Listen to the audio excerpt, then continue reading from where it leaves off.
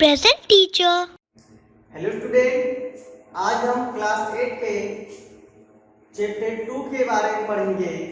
Chapter 2 जो है वह है लाख की चूड़ियाँ।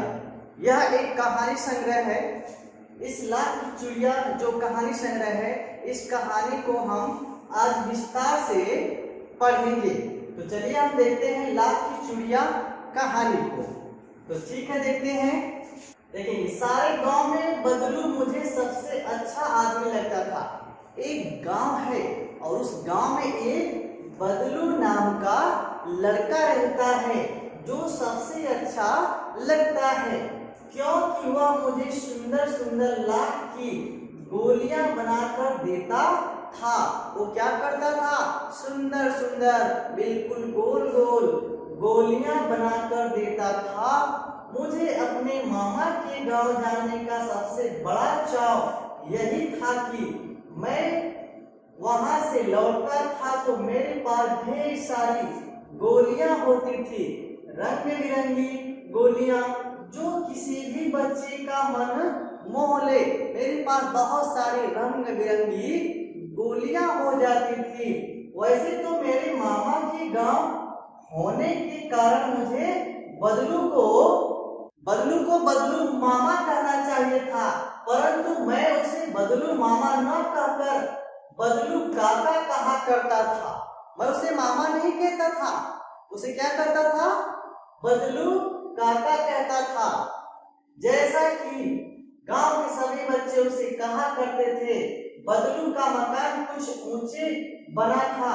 मकान के सामने बड़ा सा सहन था जिसमें एक पुराना नीम का वृक्ष लगा था। उसी के नीचे बैठकर बदलू अपना काम किया करता था। उसके घर के पास में एक बहुत ही पुराना नीम का पेड़ था और बदलू जो यहाँ पे चित्र देख रहे हैं, ये बदलू का चित्र है। बदलू उसी नीम के नीचे बैठकर अपना सारा कार्य करता था। बगल में भट्टी दहकती रहती थी। उसके बगल में भट्टी क्या दहकती रहती थी, हमेशा चलती रहती थी, जिसमें वह लाख पिघलाया करता। सामने एक लकड़ी की चौखट पड़ी रहती जिस पर लाख थे। उसके सामने क्या थे? लकड़ी की एक चौखट पड़ी हुई थी जिस पर वो क्या करता था? लाख के मुलायम होने पर वह उसे सलाख के समान पतला करके चूड़ी का आकार देता।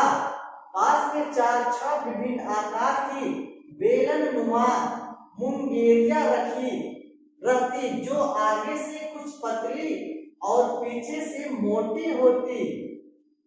ठीक, लाख की चूड़ी का आकार देकर वह उन्हें मुंगेरियों पर चढ़ाकर गोल और चिकना बनाता और तब तक एक एक करके पूरे हाथ की चूड़ियां बना चुकने के पश्चात वह उन पर रंग करता था। चूड़ियां बना लेने के उपरांत वो क्या करता था? सभी चूड़ियों के ऊपर कलर चढ़ाने का काम करता था। बदलू यह कार्य सदा ही एक मछिए पर बैठकर किया करता था। यानी बदलू नाम का जो आदमी है वह हमेशा एक मछिए पर बैठकर करता था जो बहुत ही पुरानी थी। वह मछिया भी बहुत क्या थी? पुरानी हो चुकी थी। बगल में ही उसका हुक्का रखा था जिसे वह बीच बीच में पीता रहता। गांव में मेरा दोपहर का समय अधिकतर बदलू के पास बीतता था। जब मैं गांव में रहता था तो मेरा अधिकतर समय कहाँ बीतता था? बदलू के पास बीतता था। वह मुझे लला कहा करता, वह मुझे लला कहकर पुकारता। मेरे पहुंचते ही मेरे लिए तुरंत एक मछिया मंगा देता। मैं घंटों बैठे बैठे उसे इस प्रकार चूड़ियां बनाते दिखता रहता। लगभग रोज ही वह 4-6 जोड़े चूड़ियां बनाता। पूरा जोड़ा बना लेने पर वह उसे बेलन पर चढ़ाकर उसको गोलाई का आकार देने का काम करता। बदलू मणिहार था। बदलू क्या था? बदलू मणिहार था। चूड़ियां बनाना उसका पैतृक पेशा था, यानी उसके पूर्वज भी चूड़ियां बनाने का काम करते थे और वास्तव में वह बहुत ही सुंदर चूड़ियां बनाता था। ये सच में ये सही बात है कि जो बदलू नाम का व्यक्ति था वो वास्तव में सही चूड़ियां बनाता था, अच्छी चूड़ियां बनाता। उसकी बनाई हुई चूड़ियों की खपत भी बहुत थी। उस गांव में तो सभी स्त्रियां उसकी बनाई चूड़ियां ही पहनती थी। आसपास के गांवों के लोग भी उससे चूड़ियां ले जाते, परंतु वो कभी भी चूड़ियों को पैसे से बेचता न था। देखिए बबलू की विशेषता है बदलू की, उसका अभी तक वस्तु विनिमय का तरीका था और लोग अनाज के बदले उसे चूड़ियां ले जाते थे। लोग अनाज देते थे और उसके बदले बदलू से चूड़ियों को ले जाते। बदलू स्वभाव से बहुत सीधा था, मैंने कभी भी उसे किसी से झगड़ते नहीं देखा। हाँ, शादी विवाह के अवसरों पर वह अवश्य जिद पकड़ जाता। जीवन भर चाहे कोई उससे मुफ्त चूड़ियां ले जाए, परंतु विवाह के अवसर पर वह सारी कसर निकाल लेता था, जिद कर जाता था। आखिर सुहाग के जोड़े का महत्व ही और होता है। वो कहता है कि सुहाग का जो जोड़ा होता है उसका महत्व ही अलग होता है। मुझे याद है मेरे मामा के यहाँ किसी लड़की के विवाह पर जरा सी किसी बात पर बिगड़ गया था और फिर उसको मनाने में लोहे लग गए। विवाह में इसी जोड़े का मूल्य इतना बढ़ जाता था कि उसके लिए उसकी घरवाली को सारे वस्त्र मिलते थे, ढेरों अनाज मिलता, उसको अपने लिए पगड़ी मिलती और रुपये जो मिलते सो अलग है। इसीलिए शादी ब्याह के अवसरों पर जो बदलू था वह जिद करता था। आगे देखेंगे, यदि संसार में बदलू को किसी बात से चिढ़ थी तो वह थी कांच की चूड़ियों से। यदि किसी भी स्त्री के हाथ में उसे कांच की चूड़ियां दिख जाती तो वह अंदर ही अंदर कूद उठता और कभी कभी तो दो चार बातें भी सुना देता। यानी कांच की चूड़ियों से उसे बहुत नफरत थी। मुझसे तो वह घंटों बातें किया करता, कभी कभी मेरी पढ़ाई के बारे में भी पूछता, कभी मेरे घर के बारे में और कभी यूं ही शहर के जीवन के बारे में। मैं उससे कहता कि शहर में सब कांच चूड़ियां पहनते हैं। वह उत्तर देता, शहर की बात और है लला, वहां तो सभी कुछ होता है, वहां तो औरतें अपने मर्द का हाथ। बोलता है बदलू, कहता है कि शहर की बात अलग है, वहां की औरतें क्या करती हैं, अपने मर्द का हाथ पकड़कर सड़कों पर घूमती हैं, फिर भी उनकी कलाइयां नाजुक होती है ना, लाख की चूड़ियां पहने तो मोच ना आ जाए। वो कहता है कि अगर वो लाख की चूड़ियां पहनेंगी तो उनकी कलाइयों में मोच आ जाएगा। शहर की बात मत करो। कभी कभी बदलू मेरी अच्छी खासी खातिर भी करता। जिन दिनों उसकी गाय के दूध होता वह सदा मेरे लिए मलाई बचा कर रखता और आम की फसल में तो पूछना ही नहीं, वो मेरा बहुत ध्यान रखता था। मैं रोज उसके यहाँ से 2-4 आम खाता। आम का जैसे ही सीजन आता मैं बदलू के यहाँ रहता तो उसके पास बैठे बैठे 2-4 आम प्रतिदिन खाता। परंतु इन सब बातों के अतिरिक्त जिस कारण वह मुझे अच्छा लगता था वह यह था कि लगभग रोज ही वह मेरे लिए 1-2 गोलियां बना देता था। ये बात मुझे बहुत अच्छी उसकी लगती थी। मैं बहुधा हर गर्मी की छुट्टी में अपने मामा के यहाँ चला जाता। जैसे ही मेरी छुट्टी होती थी गर्मी की, मैं मामा के घर आ जाता और 1-8 महीने वहां रहकर स्कूल खुलने के समय तक वापस जाता। परंतु 2-3 बार ही मैं अपने मामा के यहाँ गया होऊंगा, तभी मेरे पिता की एक दूर शहर में बदली हो गई और एक लंबी अवधि तक मैंने अपने मामा के गांव में न जा सका। यानी जब पिताजी की बदली हो गई, ट्रांसफर हो गया, तो पिताजी के साथ हो जाने के कारण मामा के घर में बहुत दिन हो गया जाया हुआ। तो अब देखते हैं आगे। तब लगभग 8-10 वर्षों के बाद जब मैं वहां गया तो इतना बड़ा हो चुका था कि लाख की गोलियों में मेरी रुचि नहीं रह गई थी। अतः गांव में होते हुए भी कई दिनों तक मुझे बदलू का ध्यान न आया। मैं गांव में तो जरूर था लेकिन मुझे बदलू का ध्यान बिल्कुल नहीं आया। यहाँ तो अपनी बात बता रहा है। इस बीच मैंने देखा कि गांव में लगभग सभी स्त्रियां कांच की चूड़ियां पहने हैं। तभी मेरी निगाह स्त्रियों की कलाइयों पर पड़ती है और मैं देखता हूँ कि सारी स्त्रियां क्या करती हैं, कांच की चूड़ियां पहनी हुई हैं। बिरले ही हाथों में मैंने लाख की चूड़ियां देखी। तब एक दिन सहसा मुझे बदलू का ध्यान हो आया। एक दिन अचानक मुझे बदलू का ध्यान आता है। बात यह हुई कि बरसात में मेरे मामा की छोटी लड़की आंगन में फिसलकर गिर पड़ी और उसके हाथ की कांच की चूड़ी टूटकर उसकी कलाई में घुस गई और उससे खून बहने लगा।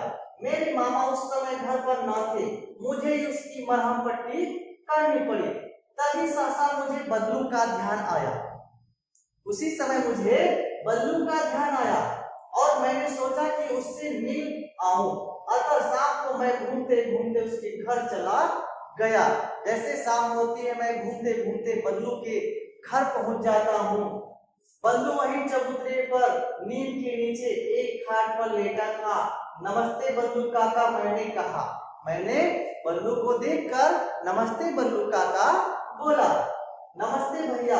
उसने मेरी नमस्ते का उत्तर दिया और उठकर खाट पर बैठ गया। उठकर वो क्या करता है, अपनी खाट पे बैठ जाता है, परंतु उसने मुझे पहचाना नहीं और देर तक मेरी ओर निहारता रहा, अर्थात मुझे देखता रहा। मैं हूँ जनार्दन काका। उसने बोला कि मैं जनार्दन हूँ। ये जनार्दन नाम का जो लड़का है वो काका से यानी बदलू से अपना परिचय देता है कि मैं जनार्दन ही हूँ, आपके पास से गोलियां बनाकर ले जाता था। मैंने अपना परिचय दिया। बदलू फिर भी चुप रहा, मानो वह अपने स्मृति पटल पर अतीत के चित्र उतार रहा हो। और तब वह एकदम बोल पड़ा, आओ आओ लला बैठो, बहुत दिन बाद गांव आए। हाँ, इधर आना नहीं हो सका। मैंने कहा कि इधर इस समय आना नहीं हो चुका, पापा का ट्रांसफर होने के उपरांत मैं बहुत दिन के बाद इधर आया हूँ काका, मैंने चारपाई पर बैठते हुए उत्तर दिया। आगे देखते हैं। देखिए, कुछ देर फिर शांति रही। मैंने इधर उधर दृष्टि दौड़ाई, मेरा ध्यान इधर उधर गया। न तो मुझे उसकी मछिया ही नजर आई, न ही भट्टी नजर आई। दोनों में से मुझे कुछ दिखाई नहीं दिया। आजकल काम नहीं करते काका, मैंने पूछा। यह मैंने काका से पूछा। किससे? बदलू से। नहीं लला, काम तो कई साल से बंद है। बदलू बोलता है कि नहीं बेटा, काम कितने दिनों से बंद हो चुका है। मेरी बनाई हुई चूड़िया कोई पूछे तब तो गांव गांव में कांच का प्रचार हो गया। वह कुछ देर चुप रहा, फिर बोला, मशीन युग है ना यह लला, आज कल सब काम मशीन से होता है। खेत भी मशीन से जोते जाते हैं और फिर तो सुंदरता कांच की चूड़िया में होती है, लाख में कहाँ संभव है। यह बात बदलू बोलता है। किससे? जनार्दन से बोलता है। लेकिन कांच बड़ा खतरनाक होता है, बड़ी जल्दी टूट जाता है। मैंने कहा, नाजुक तो फिर होता ही है लला। कहते कहते उसे खांसी आ गई और वह देर तक खांसता रहा। आगे देखते हैं, आगे कहानी को आगे बढ़ाते हैं तो देखते हैं। मुझे लगा उसे दमा है। मुझे ऐसा प्रतीत हुआ कि बदलू को दमा है। अवस्था के साथ साथ उसका शरीर ढल चुका था। उसके हाथों पर और माथे पर नसें उभर आई थी। उसके हाथ और पैर पर नस ऊपर आ चुकी थी। ऐसा प्रतीत हो रहा था उसे देखकर कि इसे दमा हो चुका है।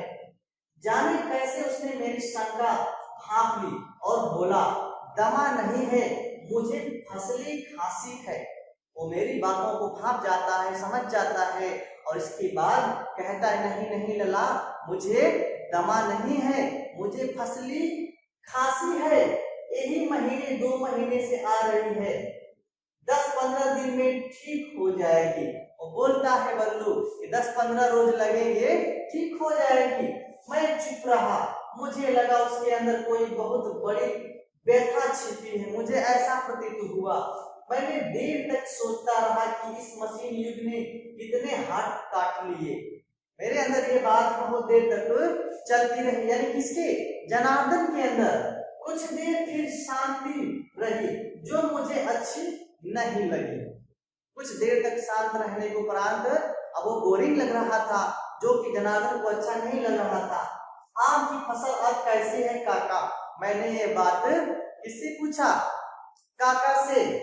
कुछ देर पश्चात मैंने बात का विषय बदलते हुए पूछा, अच्छी है लला, बहुत अच्छी है। उसने लहलहाकर उत्तर दिया और अंदर वो आवाज देता है अपनी बेटी को, अरे रज्जो, लला के लिए आम तो लाओ। फिर मेरी ओर मुखातिब होकर बोला, माफ करना लला, तुम्हें आम खिलाना मैं भूल गया था। नहीं नहीं काका, ऐसी बात नहीं है। ये जनार्दन बोलता है, आम तो इस साल बहुत खाए। वाह वाह, बिना आम खिलाए कैसे जाने दूंगा तुमको। यह जनार्दन से बोलता है काका, कहता मैं बिना आम खिलाए आपको कैसे जाने दूंगा। मैं चुप हो गया। मैं वहां पे बिल्कुल शांत हो जाता हूँ। यहाँ पे जो जनार्दन नाम का लड़का है वो बिल्कुल शांत हो जाता है। मुझे वे दिन याद हो गए आए जब वो मेरे लिए मलाई बचा कर रखता था। गाय तो अच्छी है ना काका?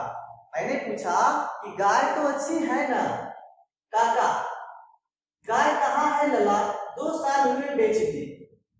कहाँ से खिलाता? इतने में रज्जो उसकी बेटी अंदर से एक डलिया में ढेर सारे आम लेकर आई। यह तो बहुत है काका। जनार्दन बोलता है काका से कि काका ये तो बहुत है, इतने कहाँ खा पाऊंगा। मैंने कहा वाह वाह वाह, बस हंस पड़ा। सहरे ठहरे न, मैं तुम्हारे उम्र का था तो इसके चौगने आम एक बखत में खा जाता था। ये बात काका बोलता है जनार्दन से। आप लोगों की बात और है, मैंने उत्तर दिया। नहीं, जनार्दन उत्तर देता है कि आप लोगों की बात और है। अच्छा बेटी, लला को 4-5 आम छांट कर दो, सिंदूरी वाले देना। देखो लला कैसे हैं, इसी साल यह पेड़ तैयार हुआ है। रज्जो ने 4-5 आम अंजलि में लेकर मेरी ओर बढ़ा दिया। जनार्दन कहता है कि जो रज्जो नाम की उनकी लड़की थी काका की, वो 4-5 आम अंजलि में लेकर मेरी ओर क्या करती है, बढ़ा देती है। आम लेने के लिए मैंने हाथ बढ़ाया तो मेरी निगाह एक क्षण के लिए उसके हाथों पर ठिठक गई। ठिठक गई मीन्स होता है रुक गई। गोरी गोरी कलाइयों पर लाख की चूड़ियां बहुत ही फब रही थी, अर्थात बहुत ही सुंदर लग रही थी। बदलू ने मेरी दृष्टि देख ली। यह मेरी निगाह अर्थात दृष्टि को बदलू देख लेता है और बोल पड़ा, यही आखिरी जोड़ा बनाया था। बोलता कि यही मेरी बनाई द्वारा आखिरी चूड़ी है जो लाख की है। मैंने जोड़ा नहीं दिया, कहा शहर से ले आओ। मैंने आखिरी जोड़ा बनाया था। आगे देखते हैं, जमींदार साहब की बेटी के विवाह पर 10 आने पैसे मुझको दे रहे थे। मैंने जोड़ा नहीं दिया, कहा शहर से ले आओ। मैंने आम ले लिया और खाकर थोड़ी देर पश्चात मैं वहां से चला गया। मुझे प्रसन्नता हुई, मुझे बहुत खुशी हुई कि बदलू ने हार कर भी हार नहीं मानी थी। उसका व्यक्तित्व कांच की चूड़ियों जैसा न था कि आसानी से टूट जाए। तो एक जो कहानी संग्रह था, एक कामता प्रसाद द्वारा लिखा एक कहानी संग्रह था। आपको कैसा लगा? ठीक लगा होगा। मिलते हैं नेक्स्ट वीडियो में इसके प्रश्न और उत्तर के साथ। Okay, thank you.